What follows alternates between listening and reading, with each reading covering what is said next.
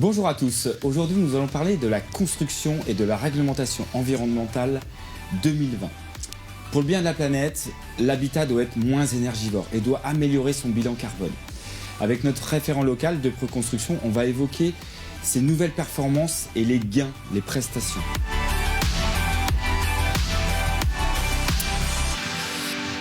Bonjour Julien. Bonjour Vincent. Alors vous avez livré de nombreuses maisons avec cette nouvelle norme. Qu'avez-vous appliqué ? Alors, il y a 4 ans, nous avons anticipé la réglementation environnementale 2020 en livrant la première maison labellisée E+, C-. Depuis, il y a eu des évolutions, notamment d'optimiser les orientations, d'optimiser la compacité et puis également limiter les bouches VMC ainsi que les espaces déplafonnés. Alors, qu'est-ce que vous avez pu constater en gain de performance sur l'énergie primaire ? Alors, en 2022, sur nos maisons, nous avons constaté jusqu'à 30% de gains sur la partie isolation et concernant la consommation, entre 30 à 55% de gains. Alors, ces performances passent surtout par des choix de matériaux judicieux. On y voit notamment la brique qui est très performante. Alors oui, la brique apporte un gain. Il y a aussi l'isolation renforcée sur les murs et plafonds, les menuiseries extérieures plus performantes, le plancher chauffant multizone, le chauffage par vecteur air avec système gainable et soufflage, la gestion du rafraîchissement pour le confort d'été, le pilotage à distance des volets roulants et du chauffage. Alors, on voit dans votre groupe de Preconstruction, vous êtes de plus en plus nombreux. Il y a surtout l'économiste chez vous.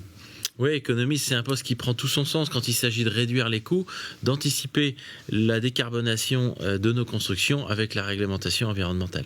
Alors, décarbonation, on en parlait justement en préambule de l'émission. On demande jusqu'à 30% de réduction. Moi, j'ai pu le voir dans les projets vendus. On y voit notamment des nouveaux matériaux comme le ciment. Alors, le ciment décarboné, effectivement, on y vient. À l'heure actuelle, nous avons mis en place le tri sélectif et recyclage de tous nos déchets de chantier. Et en termes de matériaux biosourcés, nous proposons la ouate de cellulose et la fibre de bois pour l'isolation, ainsi que la peinture aux algues pour les revêtements muraux. Alors, la réglementation 2020 nous demande d'améliorer de 30% là, sur 10 ans ces performances. La course est lancée pour de près. En tout cas, la planète en sourit déjà. Oui, merci. Nous sommes satisfaits de la réduction de la consommation énergétique pour nos clients.